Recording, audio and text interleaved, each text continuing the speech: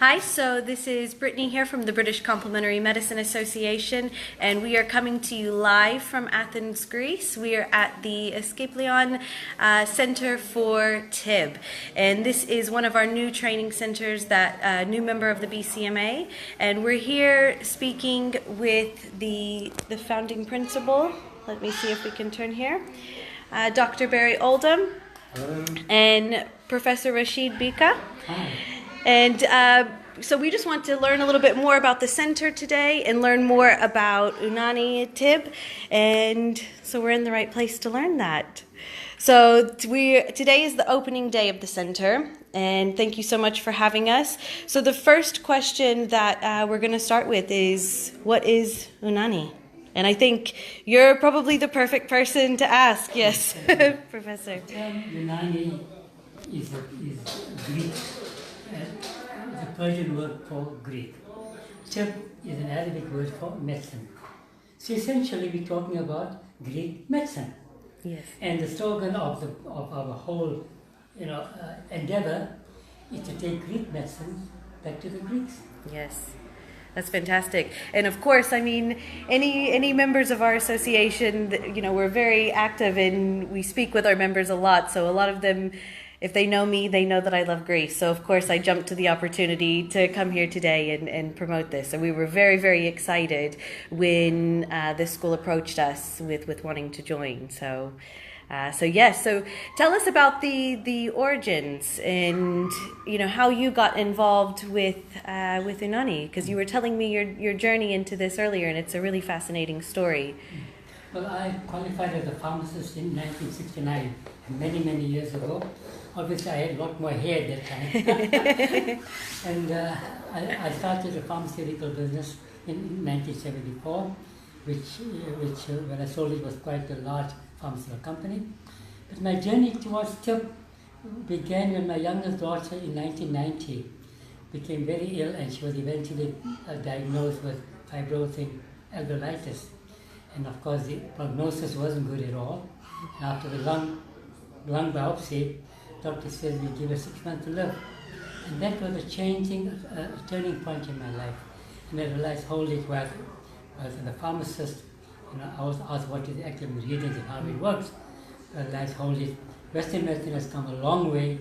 We know a lot about the body, we know a lot about all the dynamics of the body, etc. But unfortunately, there are limitations. And I realized, holy, let me now, with this life-threatening condition, I started searching all other different systems of medicine. Ayurveda to Chinese to Roma, every system I did. And eventually I chose Tibb for one simple reason.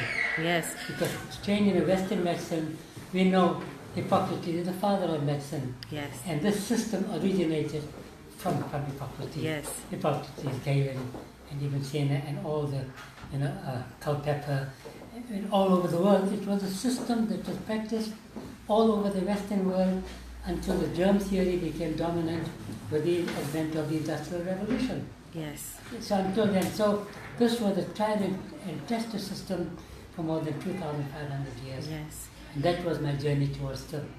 And having gone into it, I realized that the essence of Tibb is not only in its holistic and its, take into account the whole cosmos, everything, from the holistic approach, macrocosm, but it's got a comprehensive understanding with the concept of Tibb from Hippocrates, who conceptualized the theory of humors, Galen, who added the concept of temperament, and Ibn Sina and all the other physicians, from this 400-500 years, who took this theoretical principles of Tibb and put it into a proper application of medicine, best summarized into the Canon of Medicine, which was the training material of doctors for more than 800 years. Wow, yes. A long time. It's a long time. In fact, at the University of Montpellier in France, the Canon of Medicine constituted half the course of training until the 17th century. So it was a tried and tested system. But the greatest aspect about the temperamental and humoral theory, it understands every aspect of medicine, from the philosophy from the etiology, pathology, diagnosis, and treatment. And the greatest aspect of it is it understands the cause of the illness. Yes. And unfortunately, today, treatment according to Western medicine is very symptomatic. Yes. Treat only symptoms. Where in Tibb, there can be no illness condition that you cannot identify the cause. Yes. Based on the human So it's theory. not just necessarily looking at prevention, which of course is great, but if we're already looking at the case of disease, you're able to assess the cause of that by looking at the humors and the temperament, etc. Can you explain a little bit about how, if somebody came in with a specific illness, how you would go about finding the cause? Well, the first thing to do when a patient walks into the surgery is to assess the patient's temperament. We are all unique. And because of our uniqueness, we're able to identify the strengths and the weaknesses of an individual. Everybody has strengths and weaknesses. And this is identified by being able to assess a person's temperament. Okay. Once you know the person's temperament, you are already enlightened as a practitioner, with information to know this person has got this temperament, so these are the predisposition to illness conditions. It's not everybody who's going to develop hypertension. It's not everybody who's going to have diabetes. But your temperament is a very strong indication, and this concept came from Galen. Great. So the first thing to do is to assess the person's temperament. Second thing, is linked to the temperament is to assess the lifestyle factors which invariably was the cause of the illness conditions. So that's why you look at the temperament of the patient, then you assess the lifestyle factors that the person has been living with, or participating in his diet, in his exercise patterns, etc., etc. So that will give you a pretty good idea already as to what the cause was. Yes. And how to move them away from that. How to move them away. Yes. So invariably, assessment of temperament, looking at the lifestyle factors, and then of course, interacting with the patient, look at signs and symptoms, etc. Yes. And all of this will then give you a pretty good picture of what the humoral imbalance is. Yes. Okay. And that link to the signs and symptoms will obviously guide you towards treatment. Yes, and of course, with a lot of these sorts of practices, it's ancient anyway, so it should be enough in that sense to know that it works. But you've actually taken things to a whole nother level in South Africa. You've really done your groundwork with everything, and if you could tell us a bit about the work that you've done and the case studies that you've had going on that actually proves the way that this works. I'm really interested for you to share the kind of model that you've created in South Africa, if you can. Well, I started the training in 2003. In fact, we were supported with Hamdard University, Pakistan, who sent an experienced professor trainer, very strong in philosophy. He joined us in 1998. And from that period onward, between that and 2003, when we officially started the training at the University of Western Cape, at both an undergraduate and a postgraduate qualification. So that whole process began, as I said, since I started the Institute in 97. My first visit to Pakistan was in 94. Yes. So it's a long journey. Yes. This wasn't overnight by any means. But even though we started the training in 2003, based on the course outline that they had in India and Pakistan, and that then gradually evolved. At school, the training at Western Cape was part of the School of Natural Medicine, and it was a 5-year undergraduate program with a 1-year postgraduate qualification. And one of the important concepts for me for starting the program is to have a research component. You have to. Because to me, empirically, for 2,500 years, this system with this philosophy has worked.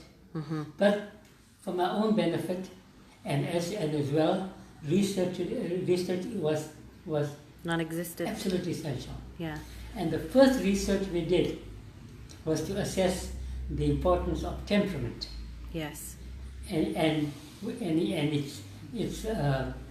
its guidelines to predisposition to illness. Yes. Right? And then, of course, the next research followed was looking at the role of lifestyle factors in health promotion and illness management.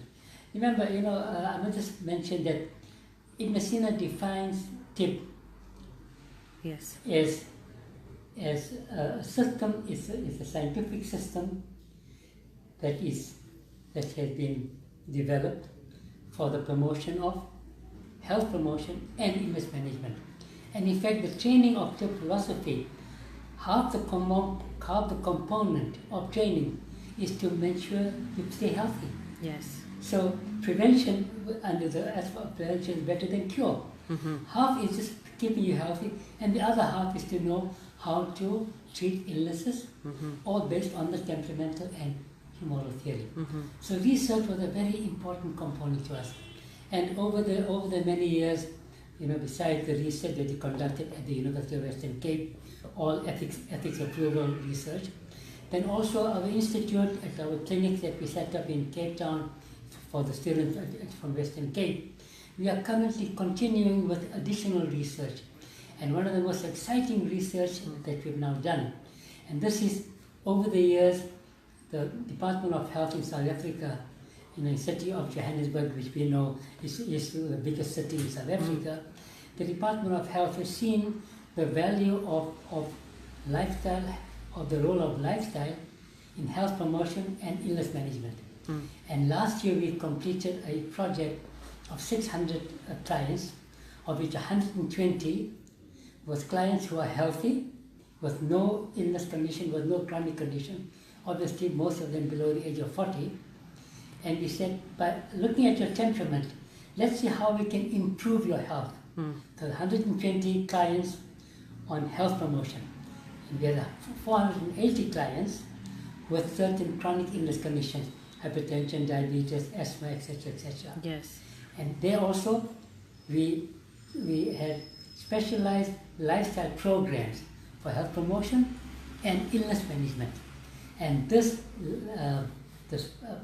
program that we ran, research project over the year, yielded us so exciting results linked to the City of Joburg's healthcare workers, that the City of Joburg has now officially ensured that every health promoter and the community-based healthcare workers linked to every clinic in the city of Johannesburg will have Tibb lifestyle trainers, and they will interact with the patients. If a patient walks into the clinic now, and a patient has got diabetes, hypertension, to sit down with the patient, we've got special flyers that have been prepared, explaining why, with your temperament, you are predisposed to the illness condition, and how the lifestyle, diet, exercise, emotions, elimination, etc., how this can be tailored to assist the medication that you're taking. So even though you carry on with the conventional medication, the lifestyle factors addresses not only the symptoms, but the cause. Yeah. Right? And this project, the research project, now that it has gone to advanced stage with the City of Joburg, over the next year, we hope to do 20,000 case studies. It's so exciting. Now, with this, hopefully, and God willing, I'm sure that within the next couple of years, Tibb will be in every clinic, in every hospital in South Africa. It's so exciting. I'm very optimistic. Yes. Because we laid the foundation with research. Yes. It's not only empirical, we know it works. Yes. But of course, anybody, our system is dominated with Western medicine, so we need to show proof. Yeah. And now we've got the proof. Of course, this is why I wanted you to share this, because this is the foundation of anything that we're trying to do in the UK. Long-term chronic illnesses are one of the biggest expenses to the NHS, and finding a way. We have seen in many ways how complementary medicine and Eastern medicine can help save a lot of money to the NHS and save a lot of health to the citizens. And hearing a model that that has been true integration into allopathic medicine is really exciting, because this research being published, this makes it able to be duplicated internationally in many ways. That's so exciting to me. And so, I mean, in that sort of way, I mean, we're now here in the first European school for Tibb in Athens, Greece. And so, I mean, as I said, we're here with Dr. Barrie Oldham as well, who's the principal of this school. Can we talk about how you two came together and how we got to where we are today? I spent most of my medical life running around the world looking for answers to questions which my training didn't provide. Even though I'm a naturopathic doctor, there was holes in the medicine I practice, and so I was looking for something that gave me a proven track record, without saying, well, we'll try this for 10 years and we'll try that for 10 years. Tibb has a track record of 2,500 years. It's proven, and it's still developing, as you found from the professor. And so I looked around on the internet, and the only place that I thought was bona fide was the Tibb Institute in South Africa. They were running a Bachelor of Science course in Complementary medicine with electives in Tibb, Unani-Tibb. And so I contacted the professor, and he, with open arms, invited me to South Africa. We signed an MOU there, we got together and we designed a course which originally was a 2-year course, but now we've managed to turn it into a 1-year postgraduate diploma course for doctors and healthcare professionals who are in practice, primary healthcare professionals. And so we developed it from there, and from there the school developed, and we want the practitioners to be fully competent as clinicians, and so here we are in the clinic, the opening day of the clinic today. Yes, it's so exciting. Like I said, I'm so happy to be here. And as we said, this is the first in Europe. This is the first. There are other organisations that will probably teach diet therapy and such like, but this is the only school that teaches a complete system of Tibb prevention and treatment. Yes, excellent. Well, can we talk a little bit about what you offer in the clinic, and then we'll have a bit of a walk around. Sure. Well, the professor's basically covered most of the things from the point of view of our primary role is as health advisors. Yeah. And if people come in, even though they don't have any illness, we can teach them their temperament. There are books on my website that will teach them how to assess their own temperament, written by the professor over the many years that he's been involved in it. And once they understand the primary and secondary temperaments, it's very easy to live a healthy lifestyle. Yeah. As you said, I mean, the sort of main goal of this medicine is to put the health back in their own hands, in a sense, and teach them, educate them on all of these things. We say educate, don't medicate. Yeah, fantastic. And very catchy as well. Yeah, and that's what we're teaching. And unfortunately, there will be people who have strayed from the path and have developed illness, as the professor said, like asthma, Crohn's disease, diabetes, hypertension. Now, yes, Western medicine is great at controlling these symptoms, but if you can look underneath the symptom and find out the underlying cause of the problem, then hopefully we can take the person off the medication, and also the common side effects that's associated, because many times people come into the clinic with a bag of tablets, and each subsequent tablet is to treat the side effect of the previous one. Yes. So if you you take their lifestyle and teach them lifestyle changes, you take away all the tablets. Yeah. And I mean, in assessing the different humors and temperament and things like that, as we were discussing before, you have some nice advanced ways within the clinic as well, blood testing, etc. Yeah, like for instance, Hippocrates, as we said, the father of medicine, he used very, for instance, he used mud. He would cover people in mud. And he would look where the mud dried first, because a certain area of the skin is connected to an internal organ. And so if there was a problem with the internal organ, it would show itself as either drying too fast or too slow.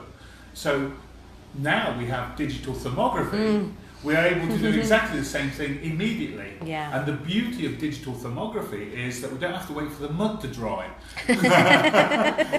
And many of we use dark field microscopy, which maybe a lot of your viewers have heard of. But we use it in a totally different way. We are using it to assess humoral imbalance.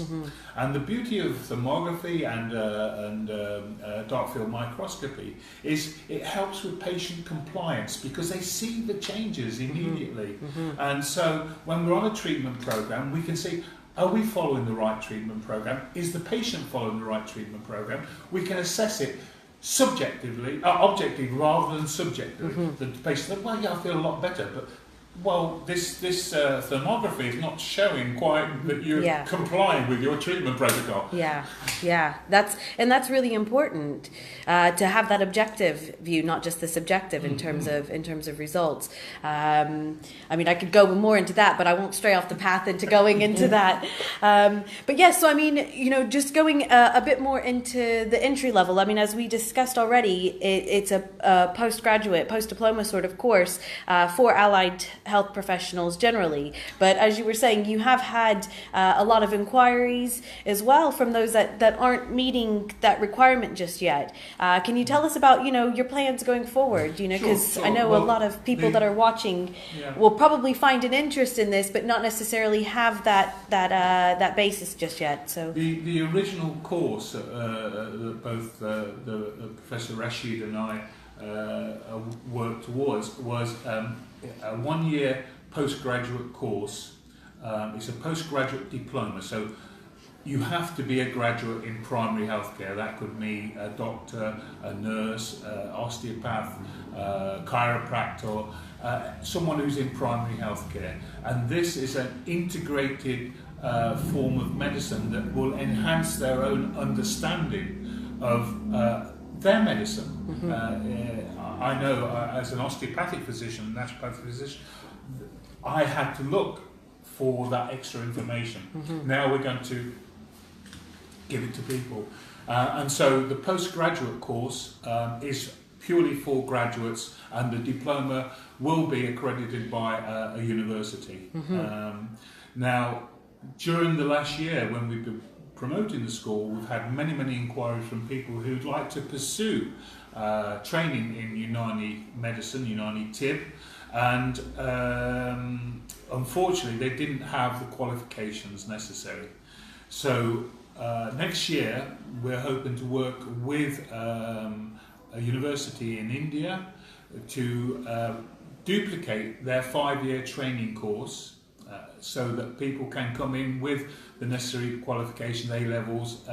If they don't have the A-levels, if they're a mature student, they will do a foundation course just to bring them up to scratch with the science aspects of the training. And then we will look at the possibility of doing the 5-year Bachelor of Unani Medicine and Science and Surgery. So minor surgery within not major surgery. So we have the two options.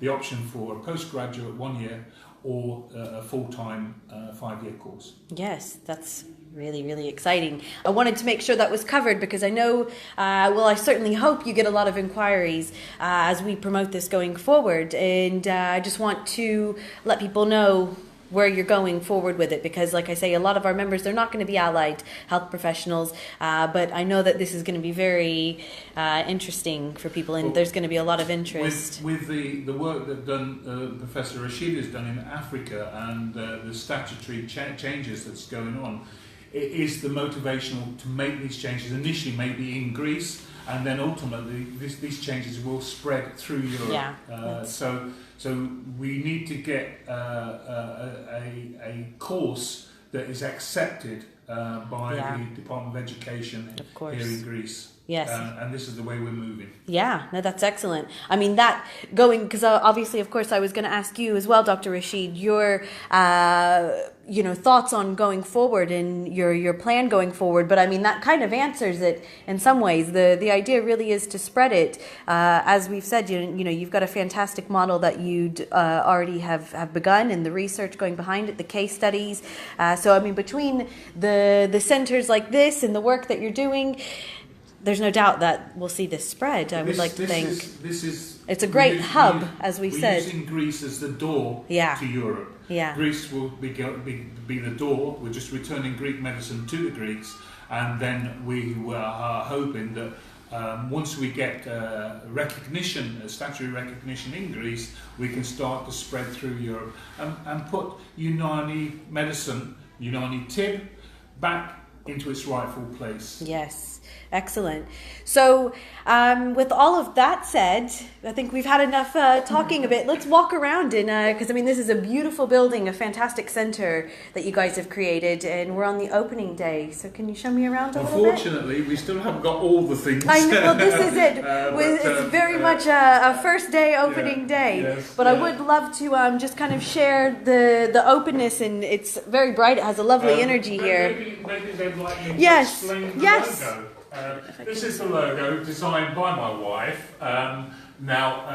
Asclepius, who was the god of health, he was the son of Zeus, and Asclepius was raising people from the dead, and Zeus wasn't very happy with that. So Zeus sent a thunderbolt, and it stripped Asclepius of his godliness, and he became a mere mortal. In the traditional medicine, the final stage of treatment would be that the patient would lay on a slab, and Asclepius would visit them in the form of a serpent. This is where the serpent comes from in the medicine culture. And so this is Asclepius here, and we see him transforming into the serpent with the boundary of creation. Here, so it's you can read it. Depends on how far you want to go. Yes. There's a lot in there that you can read. Of course, yes. Well, that's it. I mean, we see the serpent so much in allopathic medicine and medicine generally. So, and of course, this is Hippocrates, the father of medicine. And what we've tried to do here, you can't see from the inside, but his eyes have been changed, so they're actual real eyes. So what we're looking at doing is bringing Hippocrates back to life. Fantastic. Yes, it's lovely. Excellent. So this is my consultation room. Little bit devoid of furniture. Yes. So I mean, this will be in Athens. This will be a clinic for treatment. This will be a centre combining Tibb, essentially Tibb medicine, with other forms of medicine such as osteopathy, some naturopathy, and so you'll have multiple practitioners here as well. It's an integrated form, but the underlying philosophy, whether you practice in osteopathic medicine or naturopathic medicine, is the temperament and human philosophy. Yes. Right, yes. Excellent. And can we just walk out and just say hello? Because as you'll hear, we've got some different voices. It is opening day today, so it's quite exciting. We just walk in. We should be, we're live. Oh, okay. And so we've got one of the treatment rooms in here. And of course, we're a little bit sparse at the moment. We Yes, were literally, yes, yeah, literally the first day. But I just really wanted to highlight just initially- how lovely and airy it is in here. It's Yeah. a really nice vibe. You guys have done Yeah. really well. It's a We're at beautiful, the foot- beautiful We're building. at the foot of the Acropolis. Yes. The Acropolis is just at the back. I know it's a shame we can't see from here, but we are in one of my favorite areas of Athens. We're in Theseu. And so initially we have 2 treatment rooms. One will be for consultation, one will be for treatment. Great. From January, we will be inviting TIB trained doctors from India to come, and we will be sharing the treatment rooms together. And so, for instance, if the TIB doctor suspects there is some spinal misalignment that's part of the humeral imbalance, I would work on that. So Excellent. we're trying to integrate TIB into as many different philosophies, different treatments as we can. Yes. Because it's the truth. It's the truth. It's the way it is. Yeah. Of course. And I mean, we've had as you can hear, a nice active open day today. Yes. And if we just have a look, oops, sorry. I'm just walking around. I do hope that it is very, very welcomed, in Greece here, and that it's very, very successful in here. And so is there going to be an upstairs as well with treatment? If you I want know to we've go got. upstairs, yes. If we just have a look. Research area, we'll be doing. We'll have statisticians and things like that in, and with the work that the professor's doing, we will use that in re-evaluating maybe here in Greece and duplicate it, because you can do a study, but if it can't be duplicated, it has no value. That's right, exactly. And so this will be a communication centre here where we can interact with Professor Bhikha from Africa and other Indian organisations, and try and integrate the statistical work in the research behind it. Yeah, that's really exciting. We didn't get to discuss part of that, in a sense, when we were chatting before, so I'm glad we did get to discuss that part, because that's really, really exciting. Yes, as we said, one study alone is not worth it. Yeah, exactly. Yeah. Absolutely, yeah, fantastic. And so here it's just, Yeah, if we just, let me see if I can kind of